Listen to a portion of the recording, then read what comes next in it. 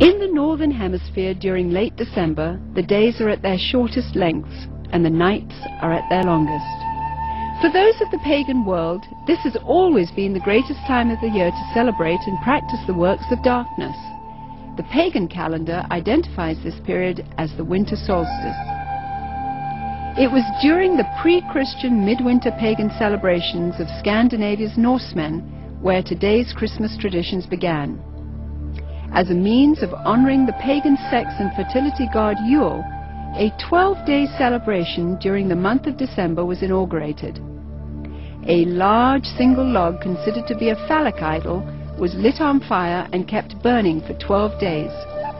Animal or human sacrifices were offered in the fire on each of those days. Wild, delirious reveling accompanied the daily sacrifices as drunken participants defiantly strove to make contact with spirits. 1,000 miles away in pre-Christian Rome, celebrants were paying homage to their own gods during the winter solstice. Witchcraft traditions hold that a number of pagan gods were given birth during this period, including Dionysus, Attis, and Baal, chief male god of fertility and licentiousness. Another pagan god from Persia, identified as Mithra, was said to have been born specifically on December 25th. Mithra was the god of the unconquerable sun, the god of the light between heaven and earth, worshipped at that time by an influential Roman cult. His birth symbolized an end to the long nights and a return to the dominance of the sun. During the month-long winter solstice celebration, courts in Rome were closed. Any and all crimes were allowed. Homosexuality, cross-dressing, and uncontrolled debauchery reigned supreme. Rome's order was turned upside down. Even children were allowed to join in the drunken orgies as part of the Juvenalia celebration. By 270 AD, the Roman Emperor Aurelian had made it official, setting aside a 7-day period from December the 17th through the 24th, culminating in an exchange of gifts on December the 25th to celebrate the birth of the sun god. This Roman orgy to end all orgies later became known as Saturnalia, in honor of the god Saturn, the god of excess. Roman soldiers invading Britain brought with them their pagan orgiastic traditions. Upon taking root in England, Saturnalia became known as the Festival of Fools, reigned over by the Lord of Misrule. By the 4th century, the influential government-sanctioned Church of Rome, unable to outlaw the growing number of pagan practices, chose instead to adopt them into their so-called official Christianity. The Church believed this would attract more pagans to their fold. Up until this time, the birthday of Jesus Christ, the Jewish Messiah, had not been celebrated at all. Ignoring scriptures, however, indicating that the birth probably did not occur during the winter, the Church nevertheless confused biblical history and made Jesus' birthday coincide with the pagan god Mithra. The birth date of the sun god had now become the birth date of the Son of God. It was hoped that the pagan celebrations of Saturnalia would merge into this new legally sanctioned form of Christianity. The Church's practice of changing the dates of Christian events to coincide with pagan festivals continued, and by the 7th century, Pope Gregory I had ordered Augustine of Canterbury to incorporate any and all pagan practices and customs into the expanding Roman Catholic Church.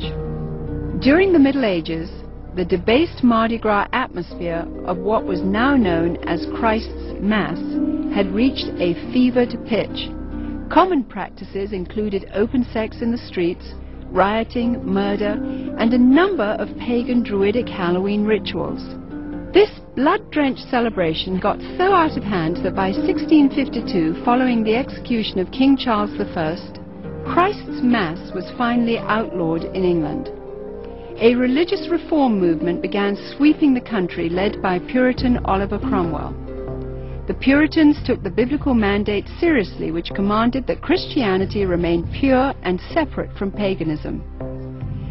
Despite their noble efforts, the celebration simply went underground, and by 1656, after only 4 short years under the ban, the public's demand for the legalization of Christ's Mass had become insurmountable. The appointment of Charles II to the throne restored England's monarchy, and with it the celebration of Christ's Mass. The Puritans had lost England, but they held high hopes for the New World. When the first settlers came from England, they were, for the most part, Puritans. They came here for religious freedom. They came here to be free to worship God without a hierarchy and without the corruption of the organized church that they had known before. And when they came with the clear knowledge of the danger of these pagan practices that had become so dear to the hearts of their ancestors. Following England's lead in 1659, the colonies of America had likewise outlawed Christmas. For 200 years, the clergy in New England battled to keep the riotous celebrations honoring the pagan god Saturn from infiltrating the New World. The Reverend Cotton Mather had warned in a Christmas Day sermon in 1712, "Can you in your conscience think that your Holy Saviour is honored by hard drinking, lewd reveling, and by a mass fit for none but Bacchus or Saturn?" But the public's taste for sin and revelry persisted. In 1828, gang rioting during the Saturnalia-like Christmas celebrations got so bad that cities such as New York were forced to institute a professional police force for the first time in order to control the savagery.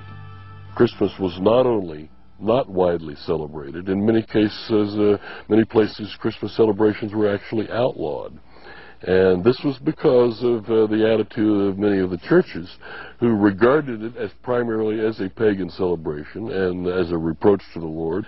By the mid-19th century, American churches were the last remaining holdout in the war against the validation of Christmas. However, they too finally succumbed as a result of the efforts of the American Sunday School Society, who began advocating Christmas programs for children as a method of filling the pews.